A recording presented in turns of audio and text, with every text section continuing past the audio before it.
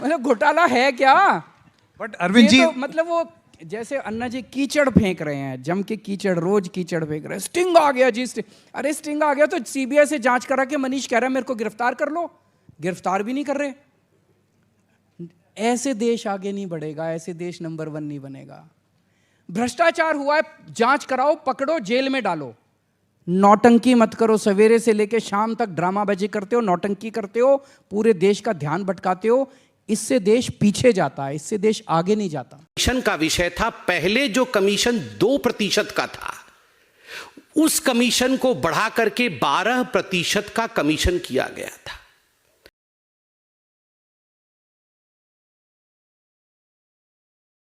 मतलब घोटाला है क्या? बट अरविंद जी, तो मतलब वो जैसे अन्ना जी कीचड़ फेंक रहे हैं, जम के कीचड़, रोज कीचड़ फेंक रहे हैं। स्टिंग आ गया जी, अरे स्टिंग आ गया तो सीबीआई से जांच करा के मनीष कह रहा है मेरे को गिरफ्तार कर लो, गिरफ्तार भी नहीं कर रहे। ऐसे देश आगे नहीं बढ़ेगा, ऐसे देश नंबर 1 नहीं बनेगा।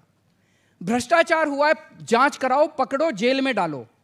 नौटंकी मत करो, सवेरे से लेकर शाम तक ड्रामाबाजी करते हो, नौटंकी करते हो, पूरे देश का ध्यान भटकाते हो। इससे देश पीछे जाता है, इससे देश आगे नहीं जाता। कमीशन का विषय था। पहले जो कमीशन 2% का था, उस कमीशन को बढ़ा करके 12% का कमीशन किया गया था। इतना बड़ा इजाफा जो कमीशन का है, ये क्यों किया गया था? ताकि इस कमीशन से मोटा माल, मोटा फायदा, एक प्रॉफिट बैकडोर से आम आदमी पार्टी कमा सके। और दुख का विषय यह है कि दिल्ली में बच्चों की जिंदगी को, स्कूल्स के आसपास जो बच्चे हैं, उनके जिंदगी में कहीं ना कहीं शराब घोल करके, कहीं ना कहीं दिल्ली में नशे को बढ़ा करके, उसमें से कमीशन खोरी की जो बदबू थी, आज पूरे दिल्ली को ये पता है। Everyone knows as to how to enhance their own commission. The Aam Aadmi Party had tried its best to spread addiction of liquor in Delhi. एक के साथ एक मुफ्त, किस प्रकार की नीतियों के माध्यम से स्कूलों के पास, वही अरविंद केजरीवाल, आप याद करिए 2014 के पहले जब चुनाव नहीं हुए थे, तो यही अरविंद केजरीवाल जी कहते थे कि हम मोहल्ले मोहल्ले जाएंगे, वहां पर हम मोहल्ला पार्लियामेंट करेंगे और वहां सदन में पूछेंगे महिलाओं से कि आप क्या चाहती हैं, कि हमारे मोहल्ले में शराब की दुकान बंद होने चाहिए या खुलने चाहिए। बहुत शराब के ठेके खुल रहे हैं मोहल्लों में। ये शराब के ठेके अगर महिलाएं कहेंगी बंद होनी चाहिए तो हम बंद कर देंगे। ये प्रचलन में है ये वीडियो, हर कोई इस वीडियो को जानता है, देख चुका है अरविंद केजरीवाल के इस वीडियो को। और वही अरविंद केजरीवाल जब चुनाव जीत कर आते हैं तो ठीक उससे उलट कितनी कॉलोनियों में अधिक से अधिक शराब की दुकानें खोली जा सके, स्कूलों के पास कैसे शराब की दुकानें खोली जा सके, हमारे रिलीजियस वर्शिप प्लेसेस के पास कैसे शराब की दुकान खोली जा सके, इसका पूरा का पूरा एक षड्यंत्र किया, केवल और केवल भ्रष्टाचार और कमीशन के लिए।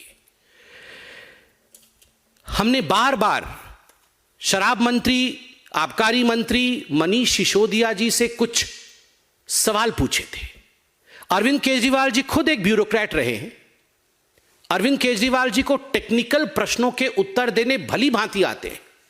मगर मैं आपसे पूछता, इतने महीनों में लगभग 1 साल का समय गुजर गया, क्या अरविंद केजरीवाल जी ने या उनके टीम में से किसी एक व्यक्ति ने एक्साइज पॉलिसी को लेकर कोई टेक्निकल प्रेस कॉन्फ्रेंस किया? हमने सवाल पूछा था कि आखिर ये पॉलिसी, आपकी जो एक्साइज पॉलिसी थी, जो शराब नीति थी, ये इतनी अच्छी पॉलिसी थी जिसके विषय में आप बोलते थक नहीं रहे थे कि इतने करोड़ों का हमें फायदा होगा, आखिर आपको वो आनन फानन में वापस क्यों लेना पड़ा? एक कारण आपने नहीं दिया।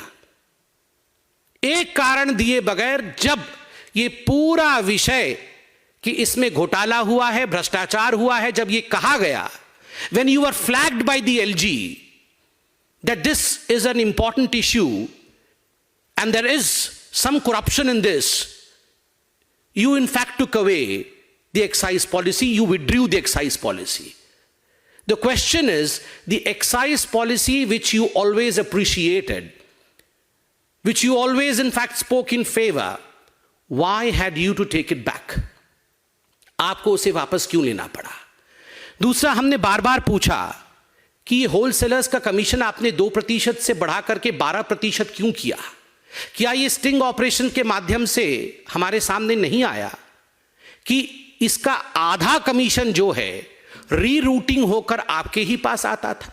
ये सारे sting operation Bharatiya Janata party और भारतीय जनता पार्टी ने मीडिया से लेकर, क्योंकि मीडिया ने इसे अपने सोशल मीडिया साइट इत्यादि में डाला था, हमने इसे उजागर किया है। हमने सवाल पूछा था जब मीडिया ने दिखाया हमें कि ये जो आबकारी नीति थी, एक्साइज पॉलिसी थी, ग्रुप ऑफ मिनिस्टर्स के सामने रखने से पहले इसे अपने व्यापारी मित्र, जो शराब के व्यापारी थे, जो ठेकेदार थे, उनको लीक किया गया, पहले उन तक पहुंचाया गया ताकि जो उनके लाभ के विषय हैं वो उसे अपना लें और जो हानि के विषय हैं उसे ट्वीक कर दिया जाए, उसे चेंज कर दिया जाए।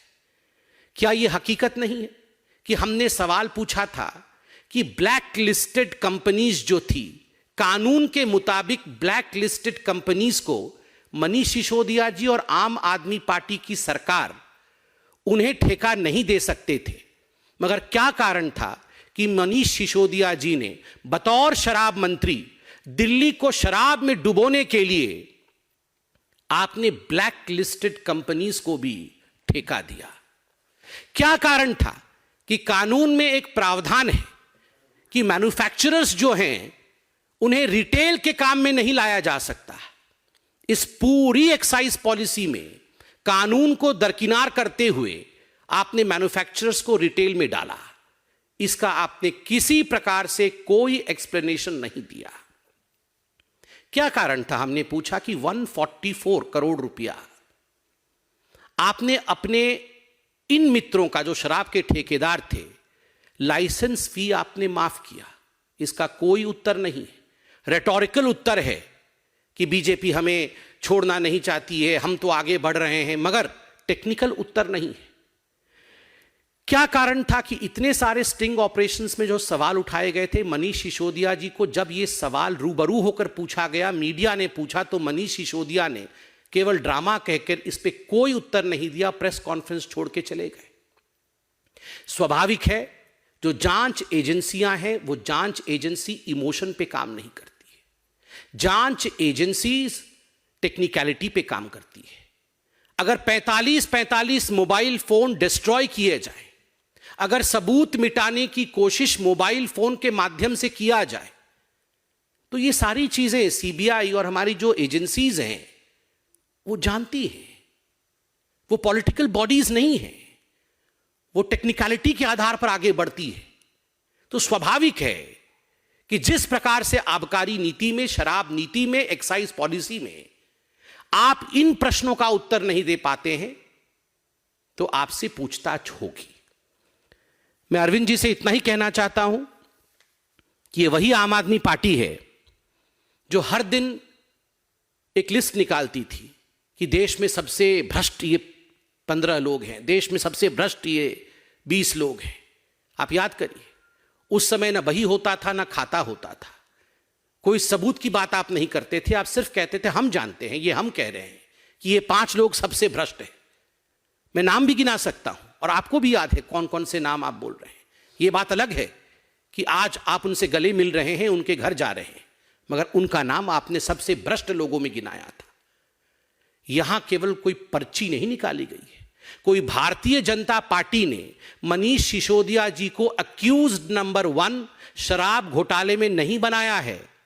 जांच के आधार पर मनीष सिसोदिया जी अक्यूज्ड नंबर 1 बने। जिस प्रकार से बच्चों की जिंदगी के साथ खिलवाड़ करने की कोशिश की, मुझे तो शर्म आता है ये कहते हुए कि आज पूरे विश्व में ऐसा कोई शिक्षा मंत्री नहीं होगा जो शराब के घोटाले में गिरफ्तार किया जा रहा होगा। Just imagine an minister of education getting arrested for excise policy. ये आंख खोलने वाला विषय है, ये चौंकाने वाला विषय है। बच्चे जो हिंदुस्तान के भविष्य हैं, स्कूल जो हिंदुस्तान के भविष्य को गढ़ता है, उस स्कूल के सामने शराब का ठेका खोलना और उस शराब के ठेके से 12% कमीशन लेना, उससे घोटाला करना, मनीष जी दुख होता है कहते हुए, you played with the lives of our kids.